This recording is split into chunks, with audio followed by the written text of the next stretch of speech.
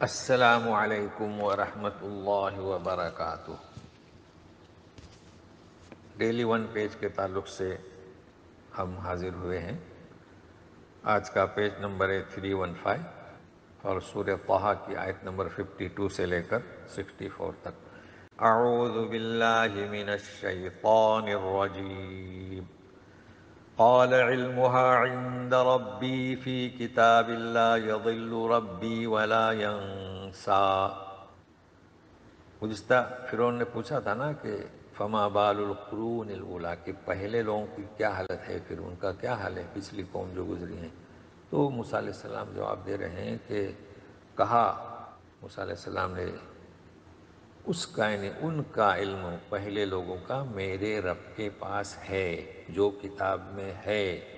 میرا رب چوکتا نہیں، میرا رب غلطی نہیں کرتا، ولا ینسا، اور نہ بھولتا ہے۔ اب اس رب کی تعریف کی جا رہی ہے۔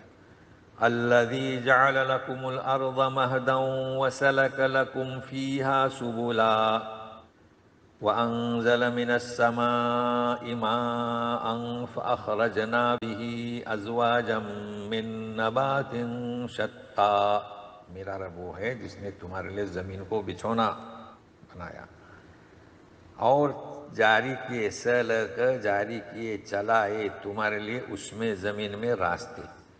تو سبیل کی جمع سبل یعنی راستہ، نام، اور سلک کے معنی راستہ نہیں، چلائے، جاری کیے، اور اتارا آسمان سے پانی، اور پانی سے ہم نے اس پانی کے ذریعے مختلف قسم کی نباتات پیدا کی۔ لہذا جو ہم نے مختلف قسم کی نباتات پیدا کی ہے اس سے تم کھاؤ اور پیو۔ تو کلوا ورعوا انعامکم ان فی ذلک لآیات لأولی النہی۔ ہم پڑھ رہے ہیں اولی النہی، او نہ پڑھا جائے۔ تو کھاؤ، چراؤ اپنے چوپایوں کو، جانوروں کو۔ یقیناً اس میں یعنی یہ جو زمین کو ہم نے بچھونا بنایا، پانی برسایا اور مختلف قسم کے نباتات اگائی، اس میں نشانی ہے کس کے لیے؟ عقل والوں کے لیے، نوحہ۔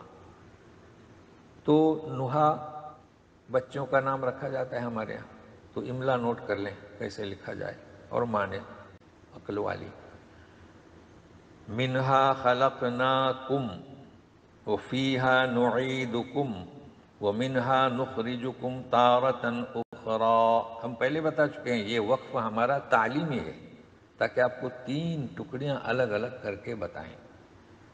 معنی کیا ہوگی؟ منہا یعنی اسی زمین سے ہم نے تمہیں پیدا کیا، اور اسی زمین میں ہم لوٹائیں گے، یعنی کیا؟ سپرد قبر کریں گے، اور اسی زمین سے پھر دوبارہ تمہیں نکالیں گے جبکہ سور پھونکا جائے گا۔ اب ہم نے علیحدہ علیحدہ کیوں پڑھ کے بتائیں؟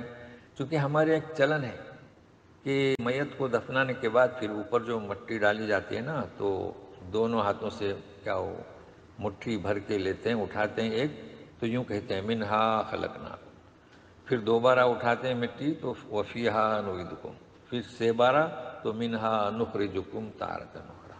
ٹھیک ہے؟ تو اس طریقے سے کہتے ہیں، ہمارے یہاں چلن ہے۔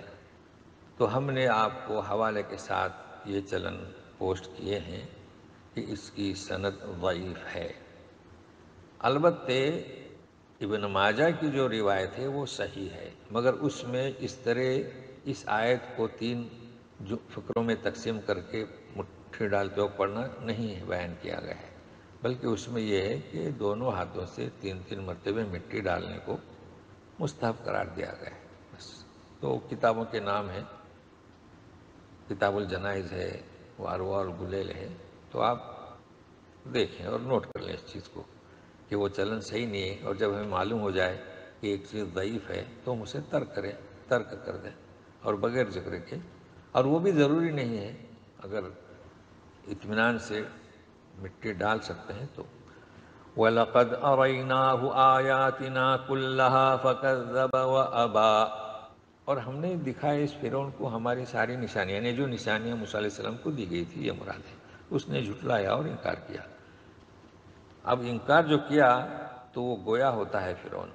قال اجئتنا لتخرجنا من ارضنا بسحرك یا موسیٰ۔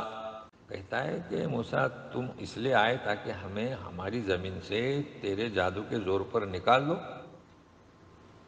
مزید کہتا ہے فَلَنَأْتِيَنَّكَ بِسِحْرٍ مِثْلِهِ فَاجْعَلْ بَيْنَنَا وَبَيْنَكَ مَوْعِدًا لا نخلفه نحن ولا انت مکانا سوا. دو باتیں کہہ رہا ہے فرعون کہ ہم ضرور لے آئیں گے تیرے پاس اس جیسا جادو. اب چونکہ اس نے موسیٰ علیہ السلام کے اس معجزے کو جادو سمجھا تو اپنے سمجھ کے مطابق وہ کہہ رہا ہے تو تم ایسا کرو موسیٰ، ہمارے اور تمہارے درمیان ایک ٹائم مقرر کرو، اور ایسا ٹائم کہ ہم اور تو مخالفت نہیں کریں گے، ضرور حاضر رہیں گے. اور کیسی جگہ؟ مکانن سوا، ہموار میدان، تاکہ سب لوگ جمع ہو سکیں. تو موسیٰ علیہ السلام جواب میں گویا ہوئے قال موعدکم یوم الزینہ وَأَن يُحْشَرَ النَّاسُ ضُحًى. دو جملے ہوئے، موعدکم یوم الزینہ وَأَن يُحْشَرَ النَّاسُ ضُحًى. تو ہم اس لیے الگ الگ دو جملوں میں اسے تقسیم کر رہے ہیں تاکہ بات سمجھ میں آئے. بولے کہ تمہارے جمع ہونے کا دن جشن کا دن، زینہ جس میں آرائش کی جاتی ہے، کوئی بھی تہوار ہو تو آرائش کی جاتی ہے، رونق کر دی جاتی ہے. تو ایسے دن اس لیے کہ لوگ فارغ ہوں گے اپنے کام سے اور سب حاضر ہو سکیں گے. اور یہ کہ کب اکٹھا کیا جائے حشر لوگوں کو؟ چاس کے وقت، یعنی صبح. فَتَوَلَّى فِرْعَوْنُ فَجَمَعَ كَيْدَهُ ثُمَّ أَتَى. فرعون لوٹا اور اپنا قید مکر جمع کر کے پھر آیا. تو ابھی فتولا کے اکثر ہم معنی کرتے ہیں روگردانی کی، رخ پھیرا، منہ موڑا. تو ترجمہ جو ہے نا مختلف انداز سے کیا جاتا ہے سیاق سباق کو دیکھتے ہوئے. اسے بھی سمجھنے کی کوشش کریں تو آئیڈیا آپ کو سمجھ میں آئے گی. اب فرعون چونکہ یہاں پر منہ موڑنے کے لیے نہیں گیا تھا، روگردانی نہیں کی تھی، نافرمانی کا یہاں سوال نہیں آتا ہے، بلکہ اسی نے تو کہا تھا نا کہ ایک ٹائم مقرر کرو. تو اب فتولا تو پیچھے تو جائے گا نا، تو لوٹا. لیکن لوٹا کیوں؟ تدبیر کے لیے، اپنا مکر جادو کا انتظام کر کے پھر آیا. قال لهم موسى ويلكم لا تفتروا على الله كذبا فيسحتكم بعذاب وقد خاب من افترى. موسیٰ علیہ السلام نے ان سے کہا مقابلہ کرنے سے پہلے جادو کا، افسوس تم پر اللہ پر جھوٹی بہتان نہ باندھو، ہلاک کرے گا تمہیں عذاب کے ذریعے. اسحت یسحت تو ہلاک کرنا، اور ناکام ہوگا جو بہتان باندھے. خواب یعنی نامراد ہونا. فَتَنَازَعُوا أَمْرَهُمْ بَيْنَهُمْ وَأَسَرُّوا النَّجْوَىٰ. تو آپس میں اپنے معاملے میں جھگڑا کرنے لگے اور چپکے سے سرگوشی کرنے لگے. مطلب یہ کہ موسیٰ علیہ السلام کے بارے میں یہ تو نبی معلوم ہوتا ہے، اس قسم کے آپس میں سرگوشی کرنے لگے. اور تو اکثر نے کیا کہا؟ قالوا ان هذان لساحران يريدان ان يخرجاكم من ارضكم بسحرهما ويذهبا بطريقتكم المثلى. بولے کہ یہ تو جادوگر چاہتے ہیں کہ نکالے تمہیں تمہاری زمین سے اپنے جادو کے زور پر. وَيَذْهَبَا کے معنی بھی جانا نہیں کرنا، کئی دفعے ہم بتا چکے ہیں، با ہے، لے جائیں تمہارے راستے کو جو مثلا بے مثال اچھا ہے، یا ہے کہ مٹا دیں، ختم کر دیں. مطلب ہے کہ ترجمہ اس مناسبت سے سیاق و سباق کو دیکھتے ہوئے کریں.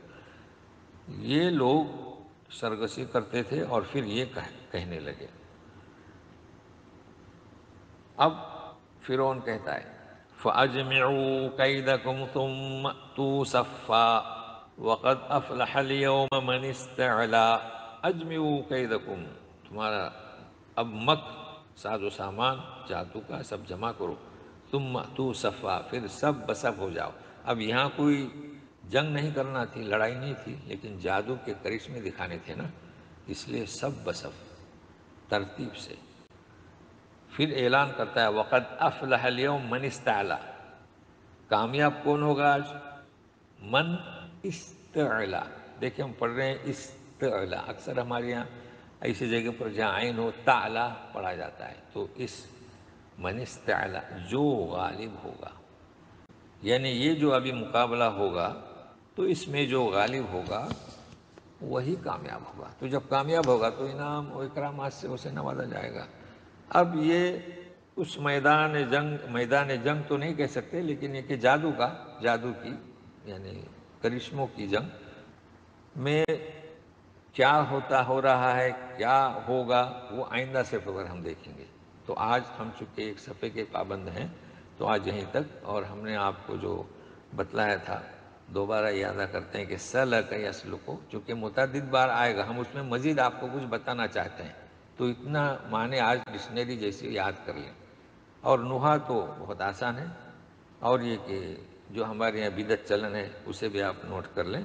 اور پھر ہم نے بتایا کہ من استعلا، تو اس طریقے سے ہم آپ کے ساتھ چلتے رہیں گے۔ آج اتنا ہی، والسلام علیکم ورحمۃ اللہ وبرکاتہ۔